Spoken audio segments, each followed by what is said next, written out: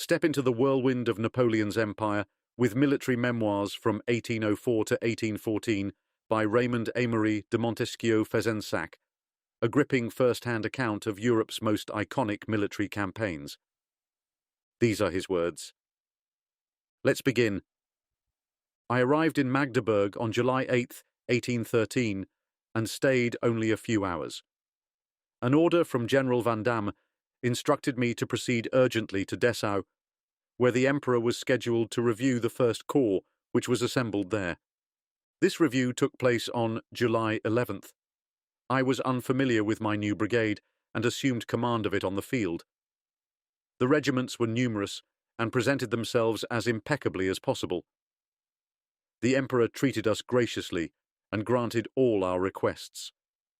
His kindness was such that General Vandamme later reproached me for not using the opportunity to secure the Legion of Honor for my aide-de-camp, Chabron.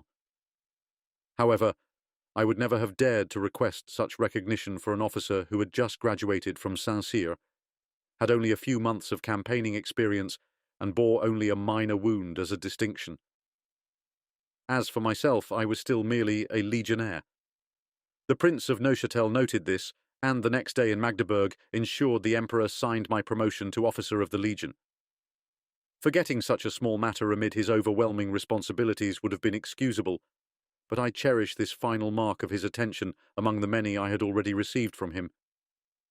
I commanded the 2nd Brigade of the 1st Division. General Philippon, renowned for his defence of Badajoz during the Spanish campaign, led the division. I considered myself fortunate to serve under his command. However, from the outset, I found him somewhat unworthy of his reputation. At first I doubted my judgment and reproached myself for being too harsh, hoping at least to see his renown justified on the battlefield. Unfortunately, this was not the case. The truth is that General Philippon had an exceptionally skilled engineer officer at Badajoz who directed the defence, and Philippon had the wisdom to follow his advice.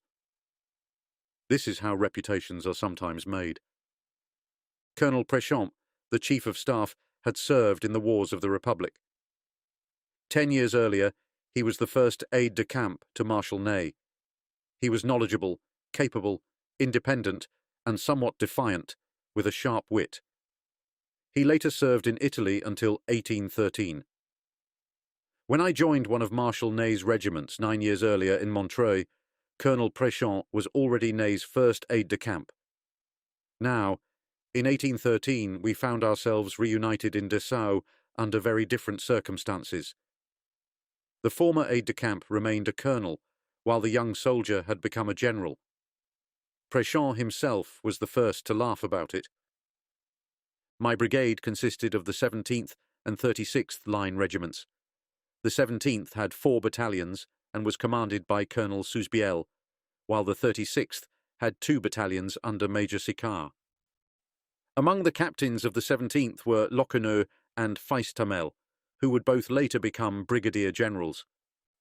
The other division generals included Dumonceau, whom I have already mentioned, O'Meara, brother-in-law of the Duke of Feltre, Doucet, a colonel assigned to Paris for his exemplary conduct during the Malay conspiracy, and Chartrand, one of the victims of our civil discord.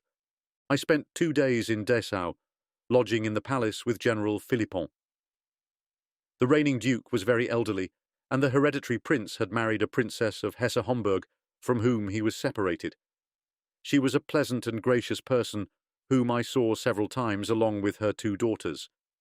They were in mourning for the princess's brother, who had been killed at the Battle of Lutzen. After a few days, we moved into cantonments near Dessau, on the left bank of the Elbe. I stayed at Radis Castle, 2 miles from Wittenberg. The castle's owner and his wife were decent, but rather dull people. They had a young niece living with them, who lacked beauty, wit, or charm. This was unfortunate, as we had often encountered much more welcoming quarters. In Germany, there was a strong fondness for the French. They were liked by women and not disliked by men. The French's lively spirit and gallant manners were appreciated, as they were unfamiliar to the local population. Soon, officers and even soldiers seemed like part of their hosts' families. Despite being sustained at the expense of the country, often resulting in abuses of all kinds, our departures were frequently met with regret. However, Radice Castle offered no such allure, and I found it easy to devote all my time to the 2 regiments in my brigade.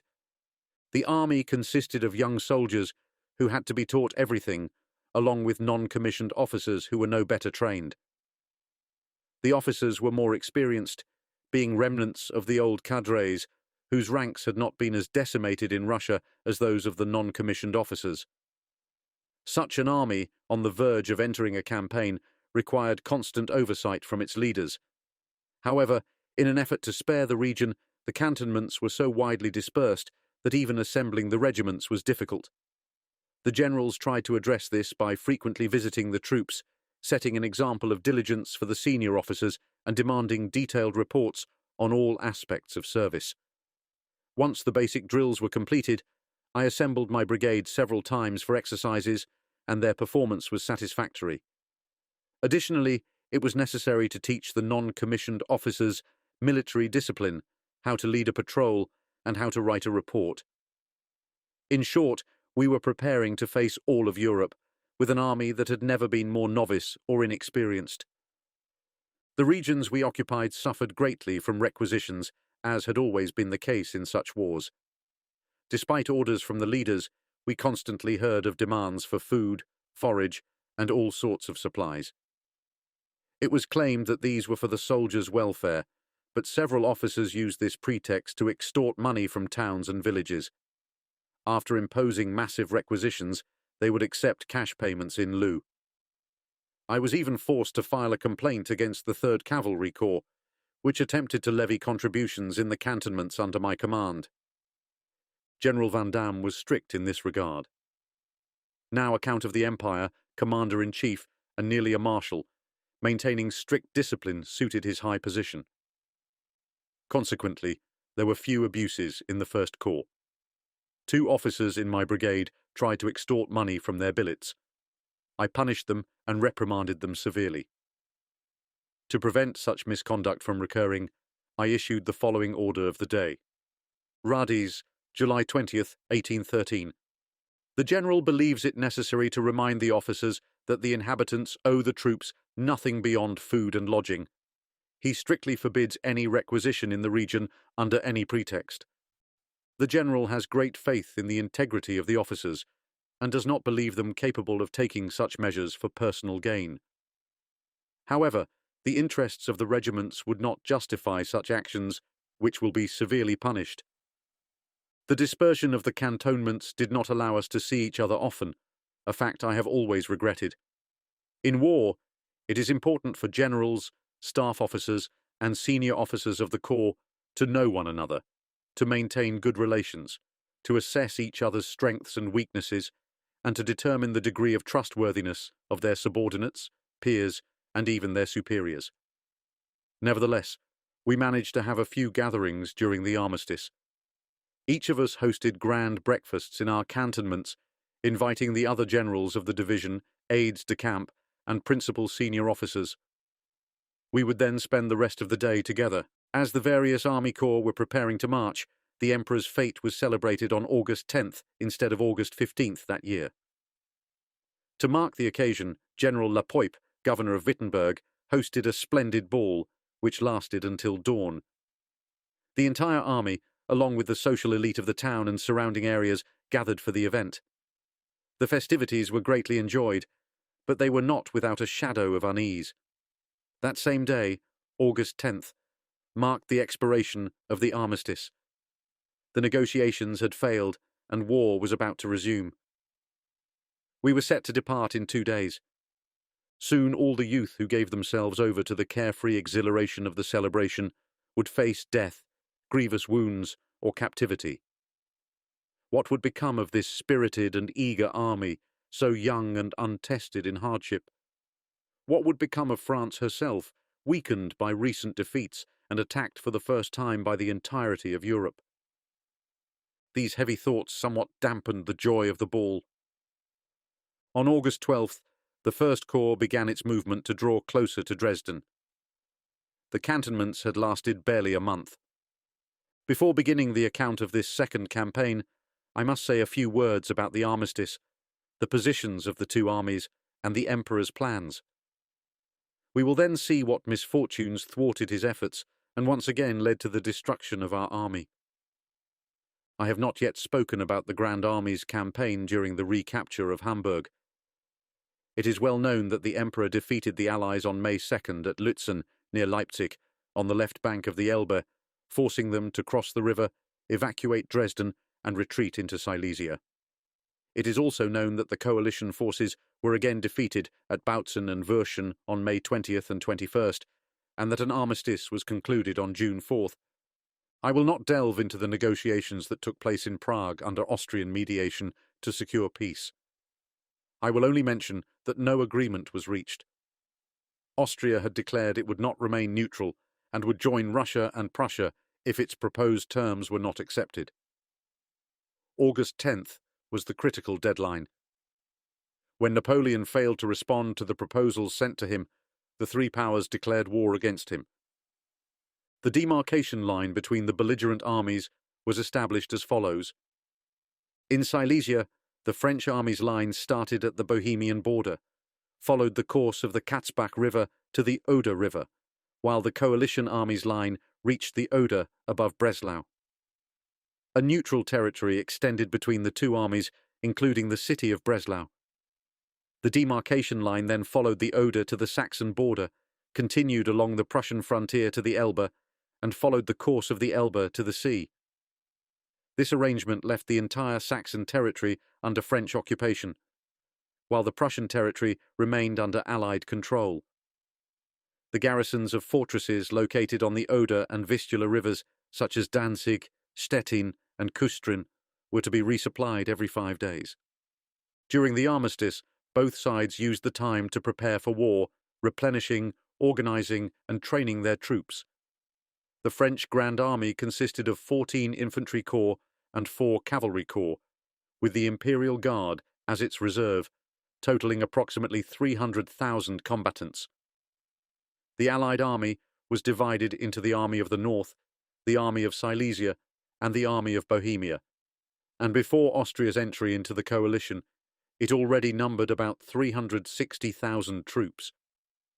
At the end of the armistice, our position was as follows. The 12th Corps was at Dahm, threatening Berlin. The 3rd Cavalry Corps was stationed at Leipzig. Napoleon was in Dresden with the Imperial Guard. The 1st Corps was en route to Dresden. The 14th Corps was guarding the Bohemian border at Pirna and the left bank of the Elbe. The remainder of the Grand Army occupied Silesia, mainly along the Katzbach River, comprising the 2nd, 3rd, 4th, 5th, 6th, 7th, and 11th Corps, along with the 1st, 2nd, and 4th Cavalry Corps. The Allied army faced us in these various positions. The Crown Prince of Sweden, with 90,000 men, defended Berlin. The main Russian and Prussian armies were concentrated in Silesia, with the Allied sovereigns residing in Reichenbach. The French army's line of operations stretched from Dresden to the Oder River via Liegnitz. The fortresses along the Elbe and Oder protected both flanks of this line, while Austria's neutrality prevented the line from being turned through Bohemia. Dresden was the centre of operations, with bridges at Meissen to the north and Königstein a few leagues to the south, enabling manoeuvring on both banks of the Elbe. Thus, the Allied army of Silesia was cut off from the army of the north, defending Berlin. To unite, the Allies would have to defeat the French army on the Katzbach and Bober rivers, or take a long detour via Kalitz and Posen. Napoleon spared no effort to fortify his position, properly establish supply depots and hospitals, and connect the lines and works with practicable roads. Such were our advantages at the resumption of hostilities. However, Austria's entry into the coalition drastically altered the balance. Previously, the forces of both armies were nearly equal, but Austria added 130,000 troops to the Allies. Dresden could now be attacked from Bohemia. Nevertheless, Napoleon resolved to maintain his position. It was vital to keep the war at the centre of Germany. The greater the enemy's strength, the more necessary it was to keep them away from our borders.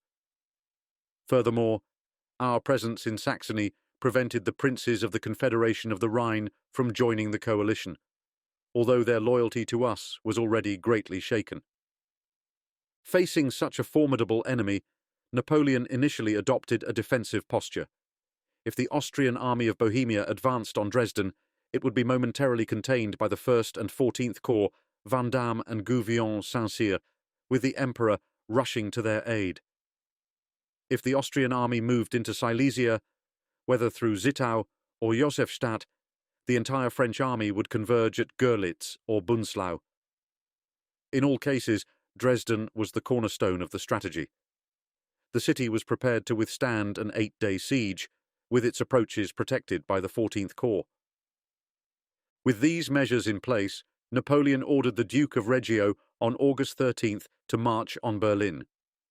The 12th Corps under his command was assembled at Dahm, with the goal of entering Berlin by August 24th. General Girard, departing from Magdeburg, supported this movement and connected on the left with Marshal Davout, advancing on Schwerin. The capture of Berlin at the campaign's outset would have had immense moral impact. It would disperse the Landwehr, relieve Stettin and Kustrin, and push the Swedes back into Pomerania. This would shift the war to the right bank of the Oder, closer to the Vistula, where the Poles were already preparing to join us. While Berlin was being attacked, Napoleon intended to contain the Austrian and Russian armies. Meanwhile, Blücher had taken the offensive in Silesia. He was criticized for occupying neutral territory and starting operations before the armistice deadline. Marshals Ney and Marmont, along with General Lauriston, withdrew on August 19th behind the Bober River. However, as Napoleon advanced into Silesia, Blücher retreated into the entrenched camp at Schweidnitz. Napoleon returned to Görlitz on August 23rd, where he could monitor Dresden and Silesia.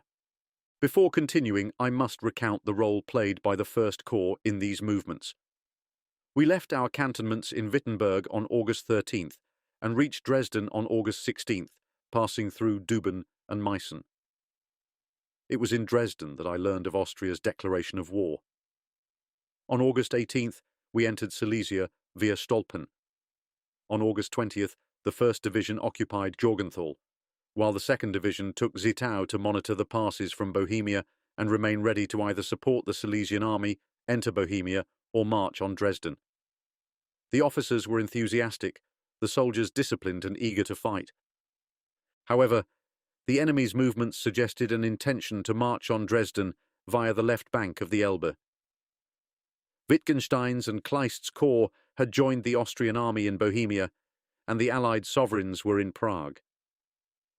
On August 20th, Prince Schwarzenberg, the commander-in-chief, advanced in 4 columns through Pirna, Altenburg, Dippoldiswalde, and Freiburg.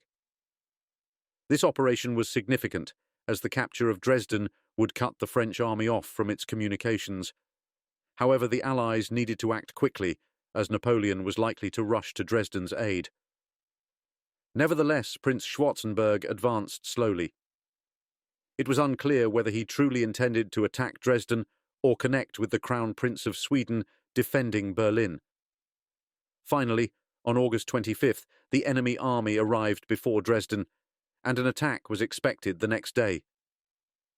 Napoleon preferred to let the enemy take the initiative and then strike them at a single point with overwhelming force. He placed Marshal MacDonald in command of the entire Silesian army, totaling 100,000 men, comprising the 3rd, 5th, 8th, and 11th Corps. MacDonald's mission was to hold General Blücher in check and prevent him from moving on Berlin against Marshal Oudinot or towards Zittau to link up with the army of Bohemia. To contain Blücher, it was sufficient for MacDonald to occupy and fortify the line of the Bober River.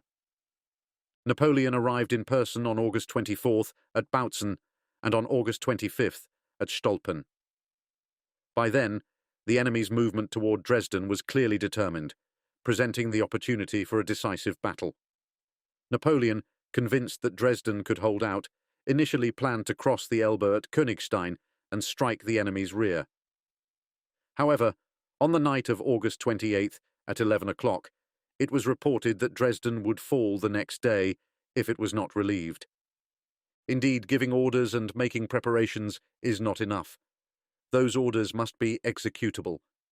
Marshal Gouvion Saint-Cyr, who was defending the city with the 14th Corps, wrote that he could not hold out any longer with an army composed of children, and would soon be forced to retreat to the right bank of the Elbe. There was no time to lose. Napoleon immediately decided to act. He rushed to Dresden's defence with the Imperial Guard, the 2nd Corps, and the 6th Corps, resulting in the battle I will now briefly recount, a glorious engagement, though its aftermath was so disastrous. At 7 o'clock in the morning, Napoleon descended from the heights of Weissekirch on the right bank of the Elbe and observed the situation. The 14th Corps was barely holding the fortifications on the right. The Dieperswalde redoubt had been taken, and the Freiburg redoubt was about to fall. The enemy was preparing to assault the outer suburbs, already approaching the palisades. The city was surrounded on all sides. The enemy's right extended from the Elbe near Striesen Mill, across the slopes of the Strahlen Heights to Wulfnitz, while the left stretched toward the Elbe at Priestnitz, where General Klenau's forces, fortunately, did not arrive. Reserves occupied the heights of Lochwitz to Nötnitz, between the Elbe and the Weißeritz, less than a mile from the city. Napoleon entered Dresden alone, and his presence had a magical effect. He inspected the palisades on foot. The 14th Corps greeted him with cheers. Without delay, the Emperor deployed the Imperial Guard. The King of Naples assumed command of the right wing, while Marshal Ney took command of the left. By 2 o'clock, the attack commenced across the entire line. On the left, the Young Guard captured the Striesen Mill Heights. At the centre, the Dieperswalde redoubt was retaken, and on the right, Tester's infantry and Latour-Maubourg's cavalry achieved similar victories. The fighting lasted only a few hours, and the success was complete. That night, Schwarzenberg retreated to his previous position before the assault on the suburbs. He had failed to leverage his forces effectively, leaving a significant corps unnecessarily stationed in front of Dieperswalde. During the same night, Marshals Victor and Marmont entered Dresden. On the morning of August 27th, Napoleon ordered a large-scale operation along the Freiburg road on our right, intending to prevent the enemy from extending their left to link with the Crown Prince of Sweden. Should the Crown Prince succeed against Marshal Oudinot, he could cross the Elbe at Torgau. Simultaneously, Napoleon aimed to cut off the enemy's retreat toward Freiburg, while on the opposite flank, the 1st Corps advanced via the Pirna road. Thus, the Allied army would be forced into the treacherous mountain paths leading to Töplitz via Dieperswalde and Altenburg. The torrential rain that had fallen throughout the night continued all day. The battle began at dawn. On the left, the Young Guard seized Grüne and contested the village of Reich for the remainder of the day. At the centre, the enemy held their position on the heights, maintaining a heavy cannonade to prevent them from reallocating forces to their left, which was otherwise separated by a difficult-to-cross valley. The main combat, as I have indicated, took place on this point. The King of Naples led the attack with his usual fervour. Lobda was taken by General Teste, the batteries in the villages of Wulfnitz and Nustitz were captured by the 2nd Corps, the infantry was broken by Generals Bordezoul and Daudenard, and the cavalry was scattered by General Doumerc. The enemy retreated hastily, abandoning the Freiburg road to us. These 2 days of fighting are among the most honourable for the French army. Never before had it demonstrated such ardour and devotion. The Young Guard, having initiated combat on August 26th, was magnificent, inspiring the rest of the army with its example. In his report, the King of Naples wrote, "The cavalry covers itself with glory. The masses are broken by sabre blows despite the fiercest resistance. The infantry charges the enemy with bayonets. The generals guide the untested bravery of young soldiers through these difficult attacks. The only omission from his well-deserved praise was himself, for he was seen personally charging enemy squares at the head of our leading squadrons. The enemy suffered 20,000 killed or wounded, with 10,000 captured. Additionally, 26 cannons, caissons and flags were seized, and 4 generals were killed or wounded, while 2 were taken prisoner. On our side, 7 generals were wounded. During the battle, a cannonball struck General Moreau, severing both his legs. He had recently joined the Allied forces and was near Emperor Alexander at the time. He died a few days later in Laon, Bohemia. While we admired Moreau's former glory like everyone else, he was now fighting in the ranks of our enemies, something soldiers can never forgive. Napoleon returned to Dresden that evening. Despite the exhaustion of 2 days of battle and barely taking the time to dry his rain-soaked clothes, he prepared for a third battle. Despite the heavy losses of the preceding days, the Allied army was still large, and the Emperor could not believe they would contemplate retreat. Yet, this is precisely what occurred. On the night of August 27th, Schwarzenberg began retreating toward Bohemia. The victory was won, and to ensure its completeness, Napoleon directed his various army corps to pursue the enemy in all directions. That concludes the 19th part of the story. Thank you very much for listening. Please subscribe for more episodes and leave a comment.